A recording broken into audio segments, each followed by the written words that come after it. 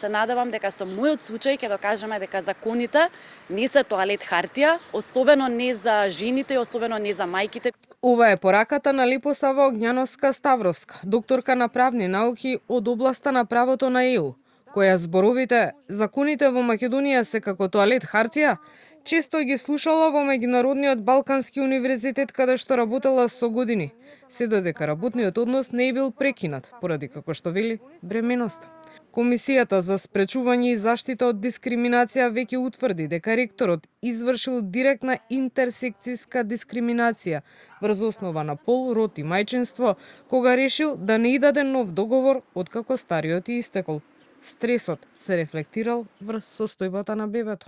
Јас добив одредена здравствена состојба која што гинекологот ја препозна како лажно раѓање, поради кое што за прв пат од почетокот на мојата бременост морав да бидам упатена на боледување. Значи јас во текот на целата моја бременост до тој момент уредно си ги извршував работните обврски, така што и тоа ја докажа причинско-последичната врска во мојот случај, а секако дека резултираше со една психолошка состојба на вознемиреност, на растревоженост, плачливост, страв за иднината, анксиозност.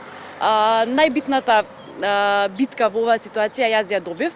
Ќерка ми се роди жива и здрава. Сепак правната и екзистенционалната битка допрва следат, вели Огњановска-Ставровска, која инаку има докторирано на тема владењето на правото како темелна вредност на ЕУ и процесот на европската интеграција.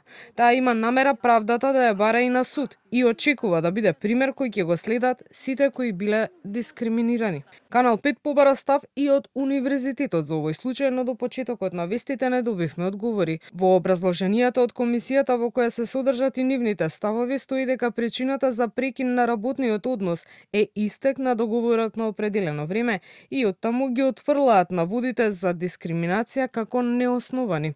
Сепак, според комисијата, ова не е прв и изолиран случај, бидејќи истиот универзитет претходно направил дискриминација кон 6 вработени жени, кои биле отпуштени без соодветни причини. Во случајот со Огњановска-Ставровска, комисијата препорачува универзитетот да ја надомести материјална и нематеријална штета, како и да воспостави внатрешни контроли за заштита од дискриминација на бремени работнички и мајки. Исто така на ректорот му е препорачано да упати писмено извинување.